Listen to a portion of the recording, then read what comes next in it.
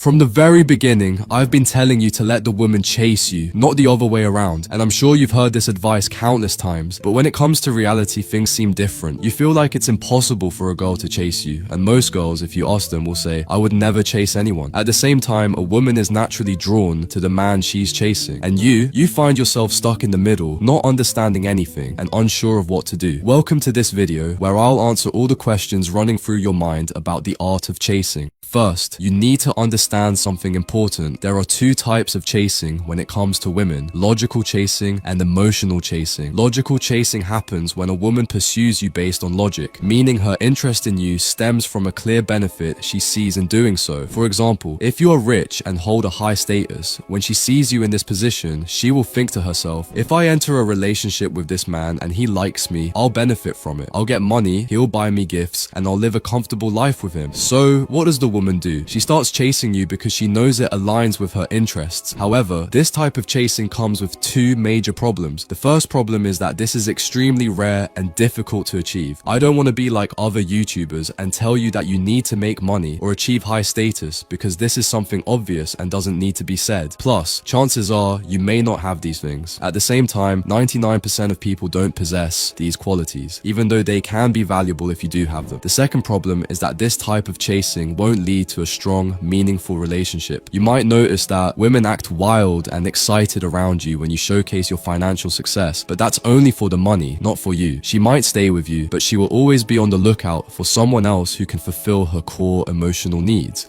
that money simply cannot satisfy. So, if you plan to be a sugar daddy for some girl and have loads of money to throw away, by all means, go for it. Otherwise, trust me on this one. I've been there myself, and I can personally assure you that a gold digger can drain money from your pockets faster than a vacuum cleaner sucks up dust. If you want a girl who loves and chases you for who you are, then this type of logical chasing isn't in your best interest. Now it's time to talk about emotional chasing, which happens when a woman starts chasing you because of her feelings, because she's genuinely in love with you. In this case, her actions are beyond her control. She can't stand being away from you or spending time without you. She becomes willing to do anything for you. This type of chasing is what creates love in her heart, makes her enjoy being with you, and allows you to enjoy being with her even more. It's also what makes the relationship last longer. Listen to me carefully, because I'm about to give you a golden rule. A woman will never truly love you or develop deep feelings for you unless this type of emotional chasing takes place. So, how do you make it happen? If you've been following this series from the beginning, you're probably aware that in your relationship with a woman, there are two main stages: the hunting stage and the chasing stage. The first stage is when you hunt the girl, and the second is when she starts chasing you. These two stages are the foundation for creating the concept of emotional chasing. In today's video, we'll delve deeper into these two stages. Let me give you an example to help you understand. Imagine this is you, and there's a friend or someone you know who came to you one day and gave you a cigarette, saying, here, take it and smoke it. You took it, smoked it, and liked it. 5 days later, the same person came back and said, here's another cigarette. You took it and smoked it again. This cycle continued for a while. After some time, you started liking the cigarette so much that you began going to him yourself, saying, give me that cigarette. At this point, he no longer needed to come to you. You were the one seeking him out. Then, after a while, you went to him and he said, no, if you want the cigarette, you'll have to pay for it. Now you've become addicted to the cigarette, and as a result, you're chasing him and paying him to get it. In essence, at the beginning, when he was giving you the cigarette, he was in the hunting phase, and later, you became the one chasing him, needing him, and paying him. This example is exactly how the dynamics of romantic relationships work. Don't worry if it seems unclear right now. I'll explain every phase and every word to you with complete clarity. In the world of romantic relationships, when you approach a girl, you start by giving her a small amount of attention. Then, you pull back, only to return later and give her some more attention. Over time, she begins to crave that attention more and more, and eventually, she starts seeking it out herself. This is when the dynamic shifts, and she starts paying the price. For women, the currency in this context is sex. Of course, this doesn't mean you directly go up to her and say, give me sex in exchange for attention. No, this process happens subconsciously, without her even realizing it. I understand that this might sound a bit manipulative or even malicious, but what I'm explaining comes from the lens of human biology. I'll go into greater detail about this later, but for now, I just want you to grasp the concept. In summary, you hunt her, and then she begins to chase you. Let's start with the first phase, which is the hunting phase. This phase is all about taking initiative. You need to be the one who takes the first step. If you've been following this series, you've probably heard me say in one of the videos, be the chooser, not the chaser. As a man, your role in the dating market is to choose. You select the girl you want, and since you are the one one choosing, you need to take the initiative.